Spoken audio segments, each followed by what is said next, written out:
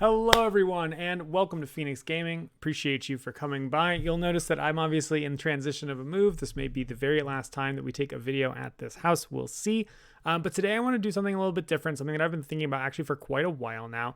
I want to talk about statistics in board gaming. Now, statistics is my favorite branch of mathematics by a long shot, and the reality is that most people are truly abysmal at it. There are reasons why our brains are not good at essentially understanding what's going to happen. But I just want to go through a few examples and kind of indicate to you how you might be able to approach problems in certain ways in games. I'm going to be using Great Western Trail and Lost Ruins of Arnak today as examples for things that I'm going to be talking about, but you don't need to know either of these games to get any value out of this video. I'm going to keep the examples as tight as possible. We're going to be focusing particularly on deck statistics, drawing cards, and things like that. So we are assuming a couple things in this, that you have some knowledge of what your deck's composition is. If the deck is a mystery, that makes using statistics very, very difficult. So we're assuming that you know what the composition of your deck is and are making decisions based on that. So we're going to start off with this situation, this scenario, and I'm actually going to ask you to kind of play along as we're going through. We are in this scenario, we have a gray, a black, a white, and a white cow, or sheep in this case, because we're using New Zealand Great Western Trail cards in our hand. And our goal in Great Western Trail, if you're not familiar, is to make a rainbow hand. We want to have as many different colors as possible. Color repeats are not helpful for us. So we want to draw our final sort of like green sheep over here. That's our goal. And we have a deck of 5 cards, only one of which is a green. So we want to think about, what are the odds? Should we be making decisions to try to draw into this green before we go and do a delivery? For those of you who are more familiar with Great Western Trail, this is a problem you will come across literally all the time playing this game. The perfect example is you have 3 certificates in some fashion or another, and you would like to get that magic 7 number so you can get 7 plus 3 to make the 10 for that sweet, sweet 10 delivery. So that's what we're going to start off with. Try to answer this question. What do you think the odds are that you are going to draw your green if you draw 1 card off the top of your deck? Okay, probably not too surprising, but 20% or 1 in 5, and there's a good chance that you already knew this, but this helps me to set up things. So the chances of drawing this green card, if I draw 1 card off the top of my deck, is 20%. There are 5 cards in my deck. Essentially there are what I'm going to refer to as 5 worlds, right? And this is the first world, the first row, second world, third world, fourth row world, and fifth world. It's 5 possible worlds that we live in. And you notice that I don't care where the grays or blacks are. So I just have them as kind of these like whatever blank cards here, but this will kind of help us in future problems. There's one world in which it is the top card of the deck. There's another world in which it's the second card, third, fourth, and fifth. And so we're ideally hoping for the top world in this deck, where if we draw 1 card, there's a 1 in 5 chance that we're going to succeed on this. Now, this is a really good setup and allows us to kind of segue into more complex things. Like the next question is, what's the chance that I'm going to draw the green cow or green sheep if I draw 2 cards off the top of my deck? Am I psyching you out yet? It's 40%. All right, this is, I think, probably what most people would assume that it's going to be is 40%. There are 2 worlds, this first world where it's the top card and this second world where it's the second card, where I would be happy to draw 2 cards off of the top of my deck. So that's 2 out of 5 opportunities, or a 40% chance there. Now, things get a little bit more complicated when you are making sequential decisions. So if I draw a card off the top of my deck, I may or may not have gotten the green. And then I, on a subsequent action, decide what the chances are that I draw another card off the top of my deck. So first things I want you to think about is that you are planning for 2 possible turns. A turn where you draw 1 card and then another turn where you may choose to draw another card, right? And the question at first is, at the beginning, before you've drawn anything, what are your chances of having drawn a green on your very first card? What are the chances of having drawn a green on your first or your second card if you decide to follow through? And then I also want you to answer the question of, what are your chances of drawing a green, assuming that you failed to draw a green on your first card? So there's a lot of stuff in there, But think about it for a moment. I'll get into what I'm talking about in just a second. All right, I threw a couple tricks in there, but it should be, again, probably on the intuitive side, you probably have a good understanding of what your expectations are in this draw one scenario. So your odds of hitting on the first one haven't changed. It's still a 20% chance that you're going to hit your draw in the very first scenario. But then we're asking this question about following up after that, right? And the important thing to recognize is that once we have failed to draw in our first scenario, we know that we're not in this world. So our second draw suddenly means we're going to hit if we're in this world, but there's only 4 worlds remaining. So our odds of successfully drawing on the second draw are 25%. This is updating our probability on the way throughout the process. Now, overall, your odds of drawing within 2 cards remains the same as what we just talked about a second ago, this 40%, right? But each of the steps of the way here, you have updated information. You know that your first draw has a 20% chance of making it. You know that your second draw has a 25% chance of making it. And then the more complicated thing is, if you have decided, you have committed in advance, if I draw 1 card and I don't draw green, I'm definitely going to draw again after that. Then what I've decided is, hey, there's a 20% chance that I definitely get a green. There's an 80% chance that I don't get a green. I choose to draw again, and I've got a 25% chance to succeed there. Well, 80 and 25% get multiplied together to say that there's essentially a 20% chance overall that we will have drawn on our second card, which just matches our earlier understanding of how things work. So with this 20% and this 20%, this 20 and 25% is actually the exact same thing as 40%. Now, I'm rambling and doing some stuff here that might sound a little bit complicated if you don't understand about multiplying and adding statistics and when you can multiply and add statistics. The short rules of it are this. If you have one event that requires another event to happen, those statistics are multiplied. If one event doesn't require another event to happen, or if you're living in these different worlds situations, then you can add those statistics together. So the reason we multiplied this together is we said, hey, I needed to fail at first, and then I needed to succeed. And we agreed that me succeeding was a 1 in 4 chance because there's 4 rows left over here, leaving me with that 20% chance. Well, the odds that I succeed on my first draw or the odds that I succeed on my second draw, these two things don't directly depend on each other once I've calculated this, so I can add these numbers together to give me that total of 40%. A little bit of a weird way of going through that, but it is important to kind of set the stage for what we're talking about when we make this a little bit more complicated. The short version of what I'm trying to communicate to you right now is that if you are committed to drawing 2 cards one way or another, it doesn't actually matter if you draw one and then draw another.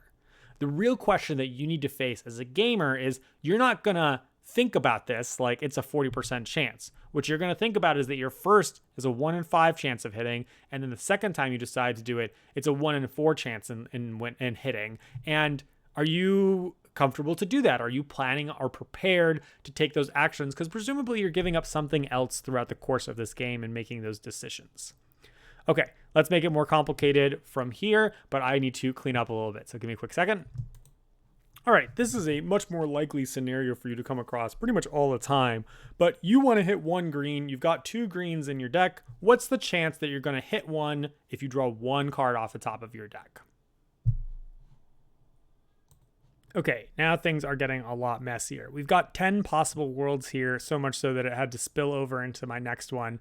Basically, 4 of them, which are one of our green cows is the top card, and then they're kind of mixed throughout the deck. Or if it's not a top card, they're sort of mixed throughout the deck there. You'll notice that these are basically the 10 different possibilities that could happen. This gets a lot more complicated if these 2 cards were not equivalent to each other. So if we're talking about drawing 2 cards, but one is better than the other card, something else, we're not going to mess with that world today because we only have so much time on our hands. But the answer is 40% here, which might have been exactly what you expected intuitively, because there's sort of a 20% chance that you'll hit the first one, 20% chance that you hit the second one. So you'd think 40% and you'd be right. But the reason that you're right ends up being slightly more complicated than 20% plus 20%. And I think the reason that gets important is to understand what happens, what are the odds that you're going to draw a green when you draw 2 cards. And so you're going to draw 2 cards off the deck. We've got 2 greens in the deck, and we want to know what the odds are. Now, you might be able to just cheat and look at what I've already put down for you for the work here, but think intuitively. What is it that you'd think the answer to that question would be? Okay, well, maybe if you're very good at stats, or if you looked at my list here, you would have found that the answer is 70%, right? Because if you look at the 10 possible worlds that we could be in, the green cow or green sheep is in the first 2 cards in 7 out of these 10 situations. But if you try to solve this intuitively, I think it's quite unlikely that you got to 70%. I do want to show you mathematically how you can get to 70%, because in reality, when you're sitting down playing a game, you're not going to be able to summon 10 images in your head or draw this out on a piece of paper. I mean, maybe you can, but I think for most of us, that's not possible. And in fact, doing the math is, in this case, surprisingly much easier than it is plotting out all these different possibilities with these cards here. So let me show you the trick that I use to land on the fact that I would know that I have a 70% chance of drawing at least 1 green cow if I was drawing 2 cards. All right, let's see if I can stick the landing in the explanation here while my cat harasses me. We've got 2 draws that we're looking at here. Now, I think most of us can agree, and we kind of already have, that on your first draw, you have a 40% chance of drawing a green. In this world, 40% chance, like, hooray us, we've got what we wanted. We know at a minimum when we draw 2 cards, there's a 40% chance that we're going to be happy. I'm going to kind of indicate this here for those of you who are a little bit more visually inclined, but there's a 40% chance here that we are happy with what happened. Okay, great. Now, there's a chance that we've failed on the first draw, right? And then we really care about what happens on the second draw. Frankly, if we succeed on the first draw and we succeed on the second draw, we don't really care if we draw 2 greens in this instance. We're not concerned about that. We're just looking at the chance of drawing 1 and whether that works for us or not. So we don't care about whether we draw 2 of them or 1 and 1 or anything like that. We're looking at this instance where we're just looking to draw at least 1 green in this process of drawing 2 cards. Now, because we had a 40% chance of succeeding in the first draw, get out of here.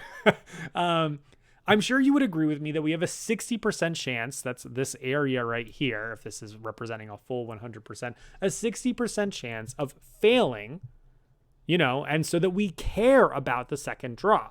Now, if you stop and think about it, our second draw is a little bit more likely to succeed because we've got 2 green sheep left in this deck, and there's only 4 cards left in this deck, right? Because we've drawn one of these guys already.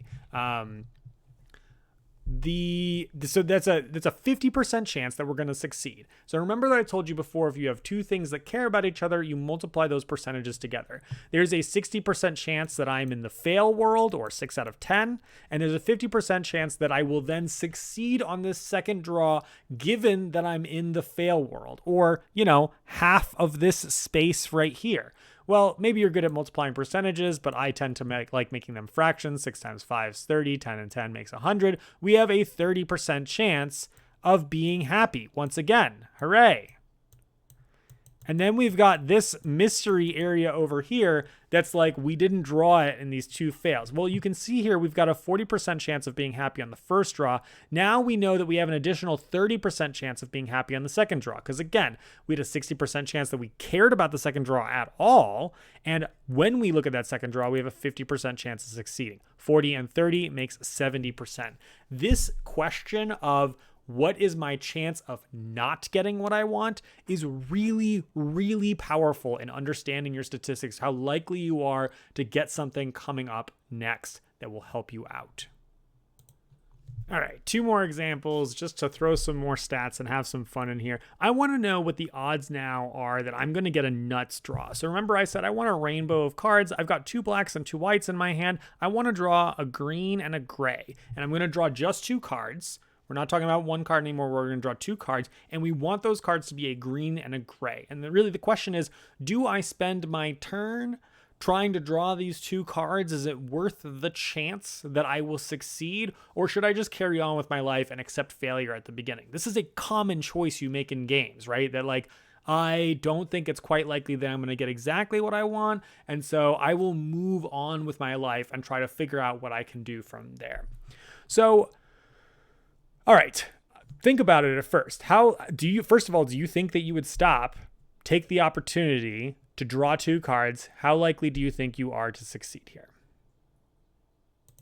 I'm not going to lie, as I was working this one out, the odds of succeeding here are higher than I actually even thought they were. Because I said to myself, the odds of drawing exactly a green and exactly a gray, it seems a little dicey even though my deck is full of greens and grays. I just know that statistics kind of works in a funny way where you're just, right, I can imagine all the times I draw 2 grays or whatever. But there is actually kind of a neat thing here. There's, I didn't do the whole 5, draw out all the possible worlds because there's a lot of possible worlds and we'd have to kind of pick out them. And again, that's not helpful for you while you're actually solving the problem. So kind of those are demonstrative in the past. This is how I would solve this problem while sitting at the table.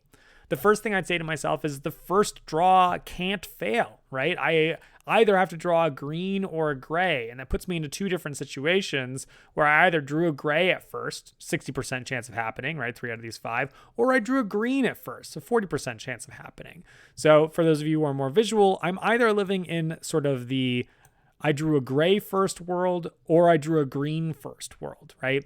Now, let's suppose I started off drawing a gray first. Now, I'm praying that I draw a green next. There's 2 left of the 4 cards remaining. So it's a 50% chance. We've actually seen this multiplication already. So we know that half of this world makes us happy at 30%. And half of this world makes us unhappy over here. We're not so good with that, okay? But we also have the situation over here where we drew a green first. And if we drew a green first, that's actually probably, at least psychologically, more ideal for us because 3 out of the 4 grays are remaining. Now, really, this isn't how statistics works, but hey, it's a good feeling to draw 1 card at a time, right? So you'll draw a card and you'll have a 75% chance that the second card you draw is going to be gray if you started off with a green. Now, the chance that you were green to start off with is 40%, 75%. I can't use my cool over 10 trick here, so I made this 4 over 10 and 3 over 4. If you remember anything about cross multiplication, tops and bottoms will cancel out, which will give you 3 over 10 here for actually, again, 30% total. Now, that's because the majority of this world leaves us happy. Hooray. With a smidge of it being unhappy. And that's a total of 30% right here.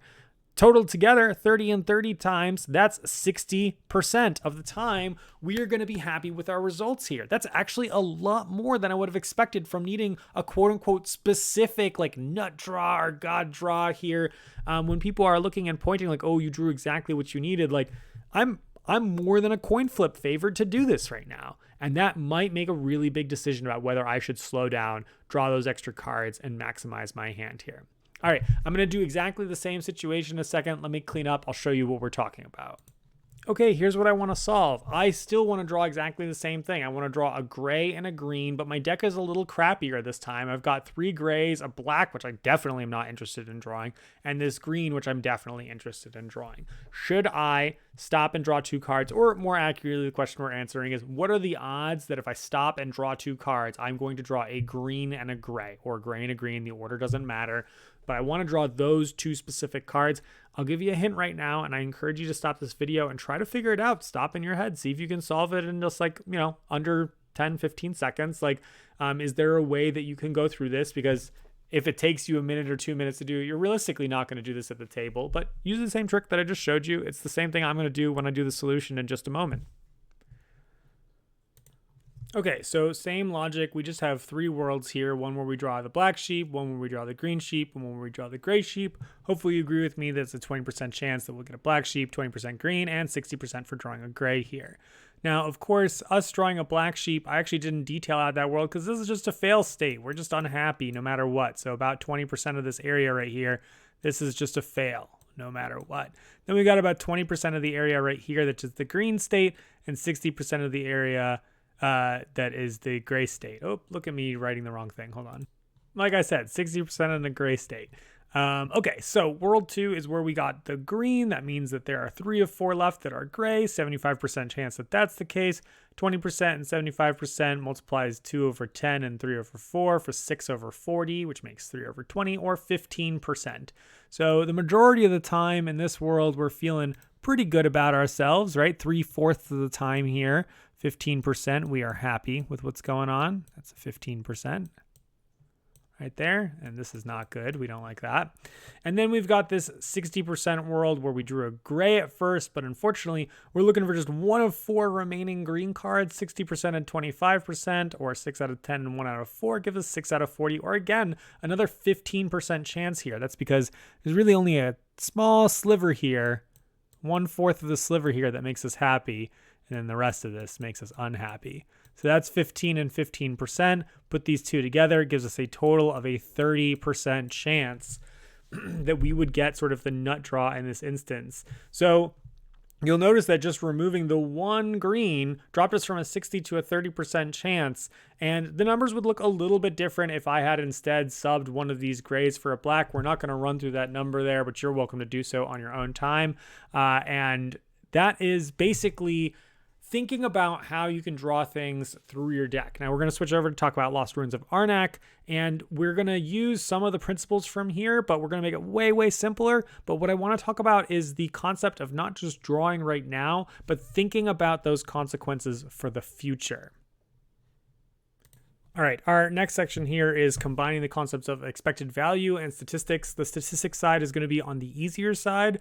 If you already know expected value, this will probably make a ton of sense to you already. So you don't need to know Arnak to know this game, but let me just tell you that briefly, you're going to start with a deck. This is a deck building game. You're going to draw 5 cards every turn. You'll draw your deck, reshuffle. If you're familiar with any kind of deck building game, you understand how Arnak gets played. I'm positing a situation where I've drawn 5 of my cards in my deck. You always start with a deck with 2 coins, which are worth value 1 if you're someone who's not familiar with the game, 2 compasses, which are again worth value 1 if you're not familiar with the game, a fear card, which is worth nothing generally, a fear card, which is worth nothing generally, and I'm going to posit that this is the second round of the game where I have maybe purchased a dog and he's in my deck. I spent some money to buy him, and just trust me when I tell you that the dog is worth 3. So we've got 4 cards that are worth 1 in our deck, 2 cards worth 0 in our deck, and 1 card that generates 3 in our deck. So my quick question for you is, what is the expected value of drawing 1 card? If you don't know what expected value is, that's great. I'll explain it in just a quick second. All right, so expected value, or EV as it's often called, combines basically values and probabilities to tell you how much it is worth to do something, you think. So it's the chance that A thing happens and the value of A thing, plus the chance that B things happens and the value of B thing. And if you have multiple things, you can do this with chance C, value C, basically all the way through until you've covered all the possibilities of something that's going on. So for instance, the EV of our deck right now, we have a 0 value fear card. Let me get a little pen. We've got a 0 value fear card that is, half the cards in the deck. We've got a 3 value dog card that's half the cards in the deck. 3 times a half is 1.5. Obviously 0 times is just 0. So we have a expected value in our deck of 1.5. Just for demonstrative purposes, the expected value of all of our deck, oops, I did this for 7, not 8. Nope, it is 7. I'm losing my mind. We have 2 fear cards that are worth 0. We've got 4 single value cards worth 1. We've got the dog, which is worth 3. Multiply and add these guys together. We get 0 and 4 sevenths and 3 sevenths, which conveniently adds to 1. So the expected value of our entire deck is 1. Now, I'll go on a little tangent right now, and I'll say that the concept of expected value, I think, is a huge mistake for a lot of players in gaming. They look at all decisions as if they're expected value, when in reality, they're binary. If I go to draw a card off of this deck right now, I'm either getting a fear card or I'm getting a dog card. There is no world in which I'm getting 1.5. I'm either getting a lot at value 3 or I'm getting very little at 0. And this is a little bit what I want to talk about right now, because I think people fall into this EV trap quite often, thinking like, how good is something? But they also need to think about kind of the counterfactuals or the context or why it matters. And so the positive question here is, how much would you be willing to pay in resources to draw a card off the top of your deck? And let's also assume that those resources can't be made into fractions, because ostensibly it's even for us to pay 1.5 resources to draw a card off of our deck. Anything less than that, like if we're playing 1 resource to draw a card off the top of our deck, we probably should do it, right? 1 resource off the top of our deck, we're expected to get 1.5, 3 for the dog, 0 for the, it's like, yeah, this sucks, that's -1, but this is +2, right? So it's worth it if it costs 1. If the cost of drawing a card is 2 resources, now we're a little bit more skeptical because it's -2 if we draw the fear, whereas it's +1 if we draw the dog. That doesn't feel so great. So the cost of 2 is higher than our expected value. We presumably wouldn't go and do that, unless you consider that expected value is not just a now thing. And this is especially true for deck builders. Let me clean up so I can ramble at you about what I'm talking about here. All right, so here's our question. Should I pay 2 resources to draw a card? Now, you might say in Arnak, you don't pay 2 resources to draw a card, but actually there's an extremely good proxy for this in that you can use an idol to either get 2 resources or draw a card. So giving up 2 resources is kind of the same thing as paying 2 resources. I would say that this is an extremely common situation in Lost Ruins of Arnak. Now, if you follow just the rule of EV that we said before, you shouldn't pay 2 resources to draw a card, but I actually don't think it's quite as simple as that. I actually think that in most instances, in this particular scenario, you actually should pay 2 resources to draw a card. Why? The World 1 situation where you do draw the dog is a lot better than we think it is. What we think it is drawing the dog is +1 resource value, drawing the fear is -2 resource value, and therefore, let me get a little drawing thing because you can't see my mouse moving. This is -2 resource value, +1 resource value. Overall, we're losing. However, we have not considered in our expected value in a deck shuffling game that the dog is going to go into the discard pile and now be reshuffled into the deck. I'm for sure going to draw this fear card next, right? So I'm going to draw 4 cards. There are 1, 2, 3, 4, 5, 6 this fear card in my deck. So I have a 2/3 chance of drawing him on the next turn. He is significantly better than all my other cards. So it's a 2/3 chance that I'm going to draw him again next turn if I draw him this turn. Whereas I'm definitely going to draw him next turn if I don't draw him this turn. But the opportunity to double draw him is very, very valuable. Now, you might say, well, on the other side, if you draw the fear card, you're then not drawing the dog. He's not getting reshuffled in there. Like, yeah, but that was true whether I chose to draw this card or not. So what I am gaining here is not the same as what is being given up here. And so this value, this +1, I think becomes actually significantly higher, might even tie. I'm not sure that it quite ties, but it's pretty close, I think. And you could get into a lot of arguments about what it would be. I think it's pretty close about whether this number becomes actually worth +2 if you consider that you would get the dog next turn. And therefore, it's actually a wash between drawing this and you have the chance to get ahead. Now, in board games, there's a winner-take-all situation. Being ahead and winning at the end of the game is generally the primary goal for most people. So this concept of expected value is really helpful in real life when you're making those kinds of decisions, right? When you're choosing whether to do the lottery or how bingo is going to look or something like that. But that doesn't actually work in a board game because the end result tends to be binary. You have won or you have lost. And so taking more gambling moments to put yourself in a situation where you're ahead can actually be really beneficial. Now, that's not entirely true if you're already ahead in this game. If you are already leading this game, that's a whole other can of worms. But I'm assuming this is pretty early in the game, and the ability to put yourself into the lead tends to generate snowballs in most board games that exist. Okay.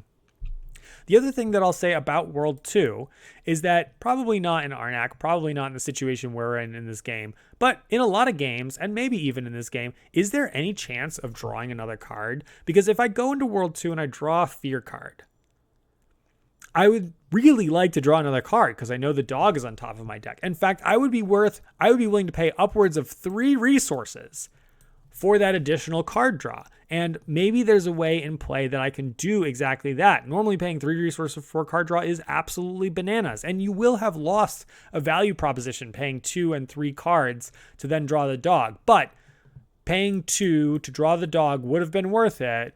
And if you put yourself in the situation where you happened to draw the fear card, yeah, okay, you're a little bit behind, you got to pay, but that is kind of the price of admission along the way here. So I would posit that how you're calculating your expected values, especially when it comes to deck shuffling and deck building games is something that is worth considering. How likely are you going to see something on a reshuffle, which is going to give you additional value in the future?